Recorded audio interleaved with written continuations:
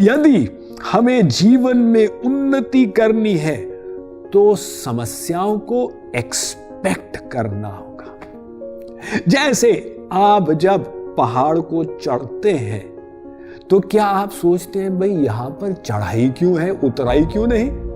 आप एक्सपेक्ट करते हैं कि ऊंचा जाना है तो चढ़ाई ही मिलेगी। ऐसे ही हम जीवन में उन्नति के पथ पर अग्रसर हैं, इसकी जांच तो यही है कि समस्याएं, बाधाएं, कठिनाइयां हमारे सामने आती चली जा रही हैं।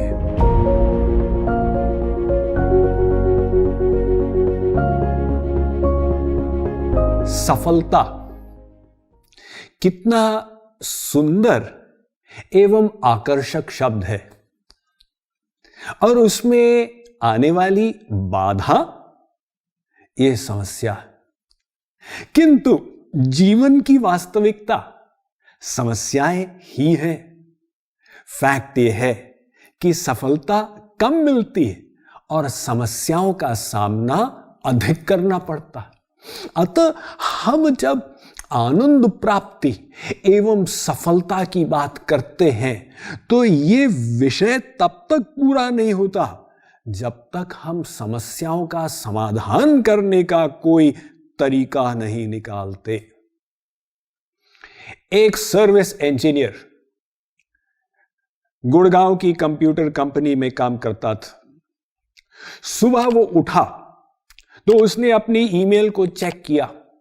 एक कंप्लेंट आया हुआ था नोएडा से कि आपकी कंपनी की मशीन गड़बड़ हो गई है, उसे 6 घंटे के अंदर ठीक कीजिए।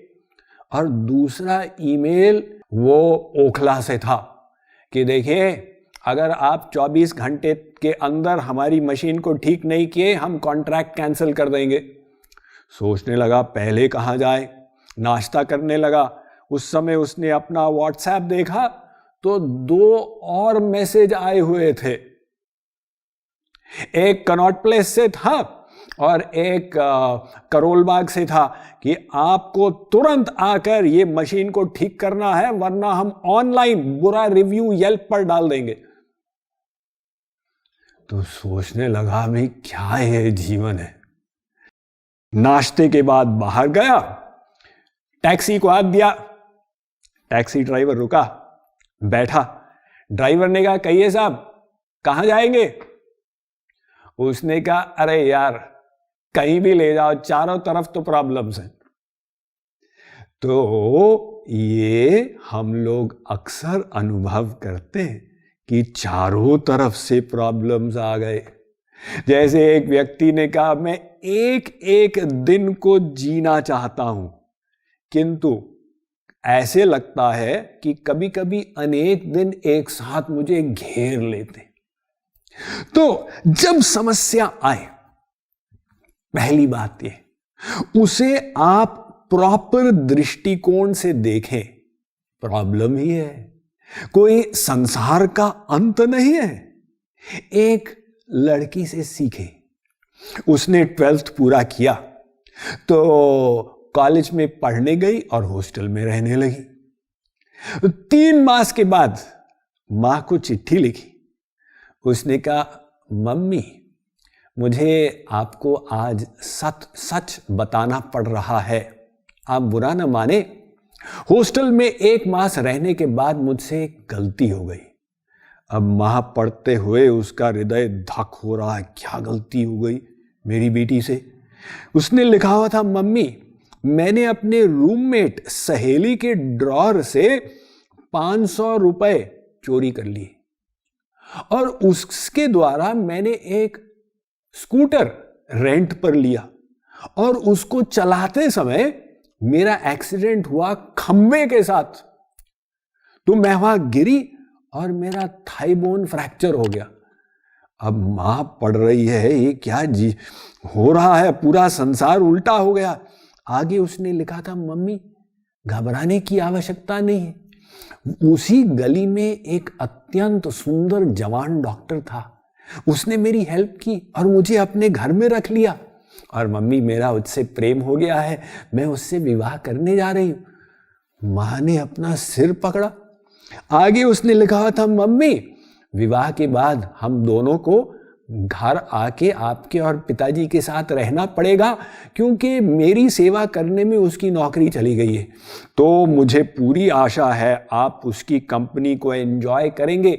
यद्यपि वो एक दूसरे धर्म को बिलोंग करता है और आपको धर्म परिवर्तित करने के लिए आग्रह करता चला जाएगा। मां ने कहा, इससे तो अच्छा मैं मर जाऊं। लास्ट में लड़की ने लिखा था, मम्मी वास्तव में ये सब कुछ नहीं हुआ, मैंने एक काल्पनिक लिखा है। केवल इतनी सी बात हुई है कि कैलकुलस में मुझे एक F फेल ग्रेड मिल गया। मैं ये चाहती थी कि आप उसे सही दृष्टिकोण से देखें, बस। अब देखिए वो लड़की कितनी समझदार थी। एक सब्जेक्ट में फेल हो गई तो मां को बोध करा रही है, अरे भाई छोटी सी बात है, कितनी बड़ी बात हो सकती थी। तो इसी प्रकार से हमको जब लगता है अरे ये क्या, सोचिए हमसे अधिक समस्याओं को जूझने वाले कितने लोग हैं इस संसार में। तो घबराना नहीं चाहिए। यदि हमें जीवन में उन्नति करनी है तो समस्याओं को एक्सपेक्ट करना होगा। जैसे आप जब पहाड़ को चढ़ते हैं तो क्या आप सोचते हैं भाई यहां पर चढ़ाई क्यों है, उतराई क्यों नहीं? आप एक्सपेक्ट करते हैं कि ऊंचा जाना है तो चढ़ाई ही मिलेगी। ऐसे ही हम जीवन में उन्नति के पथ पर अग्रसर हैं, इसकी जांच तो यही है कि समस्याएं, बाधाएं, कठिनाइयां हमारे सामने आती चली जा रही हैं।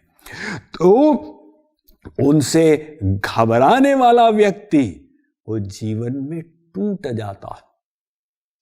संत कबीर का विख्यात दोहा है, मेरे बहुत प्रिय है, सोना सज्जन साधुजन टूटे जुड़े 100 बार, दुर्जन कुंभ कुम्हार के एक एक करा दरार।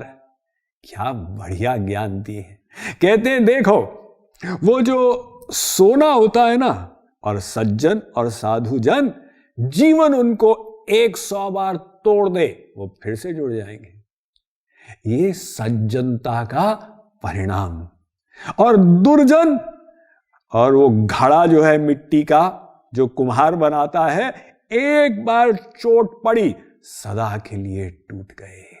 तो इस सूत्र को याद रखें, हम भले गिरे, जापान की एक कहावत है, गिरे 19 बार उठो 20 बार। तो ये समस्याओं से हमें रुकना नहीं है, उनको सीढ़ी बना के ऊपर उठना है। लेकिन उन समस्याओं के प्रति हमें क्या मनोभाव रखना है, क्या माइंडसेट रखना है, जिसके द्वारा हम उनका उपयोग कर सके अपनी उन्नति के पथ पर। अब इसको हम अगली कड़ी में समझेंगे।